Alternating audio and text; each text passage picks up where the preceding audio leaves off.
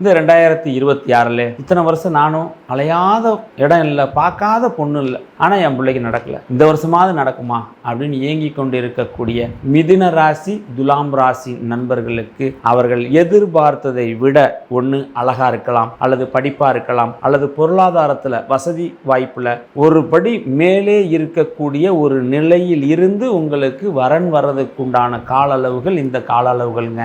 ஆக அந்த மாதிரி வரக்கூடிய ஒரு பெண்களை நீங்கள் எந்த அளவுக்கு தாங்கிக்கிறீங்களோ, எந்த அளவுக்கு பார்த்துக்கிறீங்களோ, அந்த அளவுக்கு உங்களுடைய வாழ்க்கை தரம் உயரும் என்பதில் எந்தவித ஐயப்பாடும் இல்லை.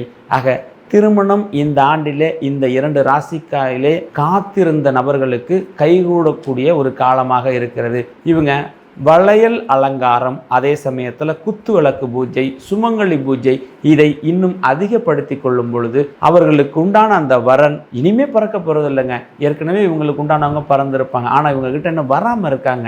அந்த இடைவேளை இவங்களையும் அவங்கள சந்திக்காமல் நடுவில் மறைத்து கொண்டு இருக்கக்கூடிய அந்த காலகட்டத்தை நகர்த்தி விடுவதற்குண்டான பூஜை வழிமுறைகள் தான் இந்த குத்து விளக்கு பூஜை, சுமங்கலி பூஜை, வளையல் அலங்காரம். இதெல்லாம் இவங்க செஞ்சுக்கிட்டே வரும்போது இவங்க வாழ்க்கையில ஒளி, இவங்க வீட்டில் விளக்கேற்றுறதுக்கு, அதன் மூலியமாக இவங்க வாழ்க்கையில ஒளி ஏற்றுவதற்கு இல்லறம் என்கிற இணைவில் இரு மனங்கள் இணையக்கூடிய இந்த 2 ராசிகளுக்கு நல்வாழ்த்துக்கள் கூறி விடைபெறுகிறேன். நன்றி.